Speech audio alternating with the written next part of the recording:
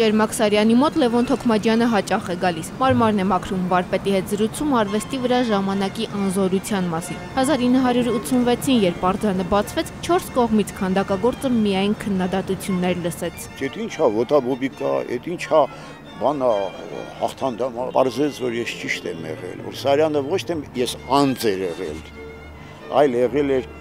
արարիչ։ Թոքմաջյանը վարպետին նկարիչների աստվածն է անվանում, նրա ստեղծած Ճերմակ Սարյանի շուրջ ամեն օր նրանք հավաքվում են, իրենց աշխատանքները վաճառում։ Մարտիրոս Մարտիրոսյանը իր մեծ անվանակցի կողքին է արդեն 7 տարի, ասում է կամա թե ակամա բոլոր հայ նկարիչները ինչ էլ ստեղծեն, Սարյանի հայկական երանգն ունեն։ Հայկական գույների խնդիրը հենց հայ նկարիչը կարա արտահայտի, որտեղ ներքուստ է դա գալիս։ Հայկական գեղարվեստի կոմիտասն էր Մարտիրոս Սարյանը։ Այն ժամանակ, երբ աշխարհը իմպրեսիոնիզմով էր տարված, նա ստեղծում էր սարյանական իր ոճը, հայտնաբերում հայկական գույնը։ Այն չխամրեց նույնիսկ ցեղասպանության արհավիրքը տեսնելուց հետո։ 1915-ին 34-ամյա Սարյանը Մոսկվայի արվեստանոցը թողեց ու շտապեց Էջմիածին։ Ճորթից մազապուրց հայ գաղթականների օգնության կոմիտեի անդամ էր։ Մի կին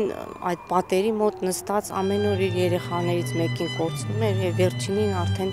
իր շորերի, իր հագուստի մեջ էր կարում սեփական մազերով։ Այսպիսի տեսարաններն էին, որ հասցրեցին նրան խելագարության։ Սև 15-ից հետո երկար ժամանակ վրձինը ձեռքը չվերցրեց ու երբ նորից մոտեցավ կտավին, շատ ծաղիկներ նկարեց։ Ցեղասպանությունը նրա արվեստանոցում մի անգամ երևաց։ Ընկերոջ, բանաստեղծ Ալեքսանդր Ծատուրյանի դիմանկարներ, սև զգեստով։ Արդեն լացած եւ տառապած ոգիներին նա նվիրում էր լույսը, հավատը, իր սարյանական գույները։ Ամենամեծ երազանքը Արարատը տուն բերելն էր։ Ամենասիրելի նկարը ասում էր դեռ չի նկարել։ Գիտեր, որ նկարիչն առանց ցուցադրությունների նկարիչ չէ, բայց միջազգային ցուցադրությունների մասնակցել չէր սիրում։ Խնդիրը այն էր, թե ինչ վիճակում էր նա ստանում այդ նկարները հետ եւ իհարկե միշտ ցավ էր ապրում վերհիշելով իր